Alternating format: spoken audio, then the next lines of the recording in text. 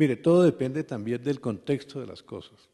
Cuando se habla de José de Mestre, por ejemplo, y se cuenta que él quería un gobierno para una minoría, es bien, ¿verdad? Eso les decía ahí, eso fue lo que él dijo. Pero él lo dijo en qué momento. La Revolución Francesa había acabado con la mitad de sus parientes, con todo el rey, con la corona, con todo un sistema que se creía que venía inspirado por Dios, ¿no? Que Descartes principió a combatir y después lo comentó en la Revolución Francesa. Entonces de Mestre tenía muchas razones para decir lo que dijo. ¿Por qué? Porque en nombre de la libertad, en nombre de la justicia se han cometido grandes crímenes.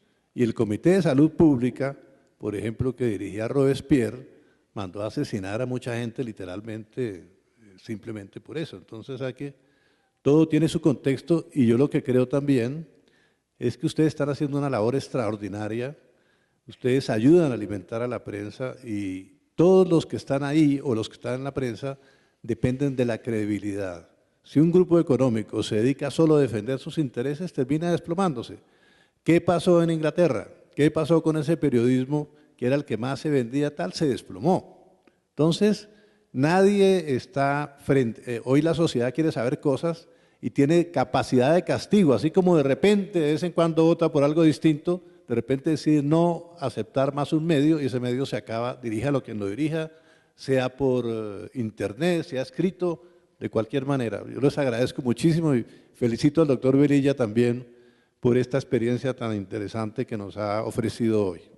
Ahora Luz María. Mis 30 segundos. Los 30 segundos. Solo quería compartir con ustedes una anécdota. En septiembre cada año los periodistas de investigación de América Latina se reúnen y premian las mejores investigaciones. En septiembre fue en México. Yo me sorprendí mucho porque prácticamente los 10 finalistas todos eran investigaciones contra el poder, es decir, una investigación a la presidenta Cristina Kirchner, una investigación a Lula da Silva, otra a Alejandro Toledo, otra al expresidente de El Salvador Antonio Saca, el actual presidente de Paraguay Horacio Cartes, pero además todas investigaciones muy serias y muy importantes. Entonces había dos cosas que llamaban la atención. De hecho, durante 15 años se ha hecho este encuentro y los organizadores dijeron que era la primera vez, era la mejor calidad este año y la primera vez que era todo este tipo de denuncias sobre los presidentes o gobernantes.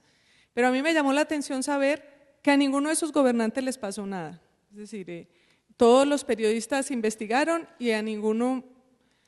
También me llama la atención que en Colombia, pues los que estuvimos finalistas no teníamos ninguna investigación sobre nadie del poder fuerte central, sino del poder regional.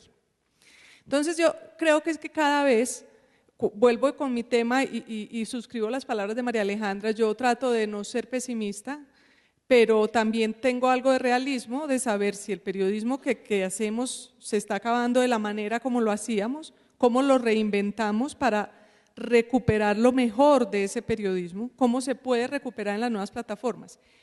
Y veo que en Colombia tenemos un problema y en general es que la corrupción, uno denuncia la corrupción en los poderosos, pero los poderosos cada vez saben utilizar mejor las armas de la información, de los medios, para ellos imponer realmente su situación. Por eso vuelvo y digo, a pesar de lo optimista que quiero ser, me parece que lo que le está pasando al periodismo es una tragedia para la democracia.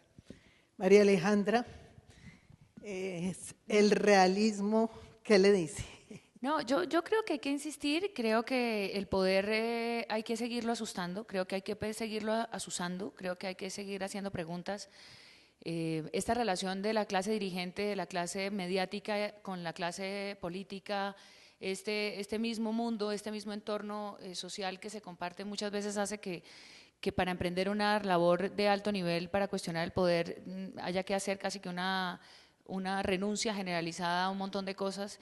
Creo que la valentía de ese periodismo siempre tiene una pregunta y es ¿para qué?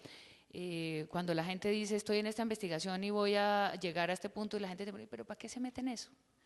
Y creo que esa reflexión la tenemos que insistir, digamos, en superarla. A mí me gusta trabajar con gente joven.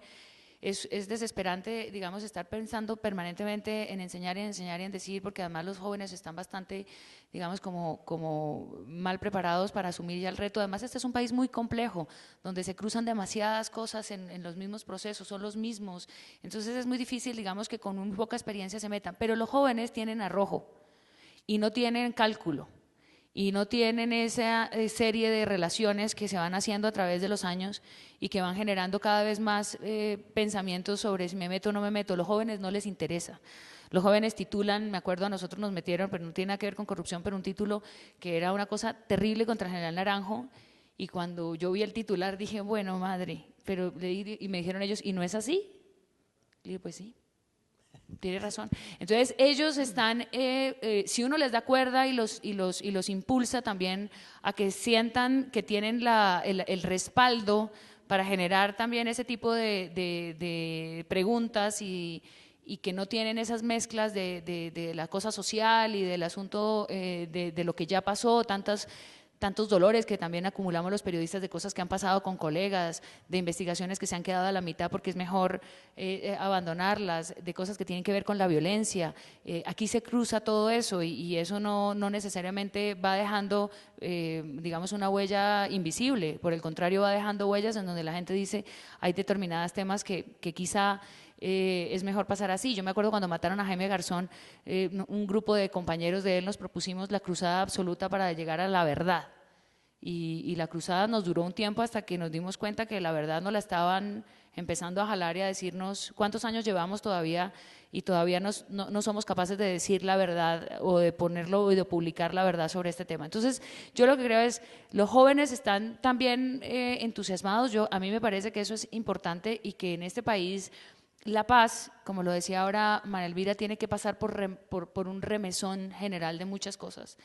Y ahí hay además cómo quitarle a la guerrilla un argumento que es con el que el más difícil que le queda al Estado, y es la falta de legitimidad. Cuando empiezan a pedirle a la guerrilla que haga esto, que haga esto, que haga esto, su respuesta siempre es: nosotros estamos desde la ilegalidad, no cumplimos la Constitución, pero que me vengan a decir a mí si mi vinculación con el narcotráfico es la misma denuncia que hacen de la vinculación con el narcotráfico de la política. Que nos vengan a decir a nosotros que nosotros no tenemos, que compramos armas en el mercado ilegal, claro, porque es que somos ilegales, dicen las FARC, pero ¿qué hacemos cuando nos lo venden los coroneles, los soldados, los cabos, o cuando son los mismos generales los que nos plantean el negocio? ¿O cómo cree usted que llegan 7 toneladas de cocaína desde el Guaviare hasta Cartagena? Es que las FARC tiene fuerza aérea que traslada las toneladas de coca. No, esto pasa por ejército, por policía, por retenes, por gobernadores, por alcaldía. Entonces, la falta de legitimidad del Estado para construir de alguna forma un derecho de exigir frente a unos armados que están en la legalidad, que están desafiando permanentemente esa legalidad, creo que es justamente donde hay que llegar a decir: podemos exigir, podemos pedir como ciudadanos una respuesta frente a la paz, pero hay que empezar a pisar callos muy dolorosos para poder tener unos acuerdos que tengan realmente un respaldo legítimo de quienes los han firmado. Y creo que la corrupción es ahí, es decir, más obsceno que la corrupción del Chocó creo que no puede existir en este país. Y dejamos al Chocó abandonado porque ¿qué más historias hacemos del Chocó? O sea, las historias se agotan para poder hacer las denuncias sobre el tema. Pero aún así, las anécdotas sobre el Chocó siguen siendo eso, anécdotas. Entonces yo creo que el llamado permanente que hay que hacer, independientemente de si esto es nadar contra la corriente o caer en el vacío, pues es abrir los ojos permanentemente de esas personas que se abogan el derecho y la gran conciencia para señalar que la ropa sucia se lava en casa. Y creo que los medios tenemos esa tarea de estar haciéndolo. Por supuesto, llegar a un periodismo de verdad investigativo, pues habría que hacer lo que está haciendo Plenel, y es ponerse simplemente en la tarea de informar, que significa básicamente descubrir lo que está oculto, y no necesariamente hacer un eco de asuntos de comunicación. María Elvira, ya para cerrar, ¿cómo convencer a los ciudadanos de que no se puede seguir manteniendo la obscenidad de la corrupción? Pues María Teresa, con buena información, no hay nada más. Pero sí es receptora la ciudadanía de esto. Yo sí creo que la ciudadanía es muy receptora y creo que la respuesta es, por ejemplo, en casos como nosotros, Las Dos Orillas, meses con 3 millones de visitas. Quiere decir que algo está uno respondiendo a necesidades de información, una información distinta a la que aparece en todas partes. Conclusión, hay esperanza. Pero creo que eso ya no le toca al periodismo, sino a la justicia y a las autoridades de policía, castigar para que la corrupción sí sea, porque si no la gente lo que ve es que la corrupción sigue creciendo y que no hay castigo, entonces ya pues se le sale un poquito del periodismo. Pero también hay que denunciar la obscenidad de la justicia. Entonces, sigue vigente la necesidad de medios de comunicación y de periodistas. Va a ser contra la corrupción, qué pena, yo creo que la sanción social es más efectiva que la justicia. Clarísimo. Es la única. Eso es uno de los aspectos que es fundamental. Ética, desde el punto de vista ética, la sanción social de la ciudadanía, que se manifieste de los pares de la justicia, es realmente un factor que poco se tiene en cuenta en un país como Colombia, en donde todo se reduce a las leyes y poco a la ética, pero sí a la larga la verdadera sanción es la sanción de la ciudadanía. Gracias.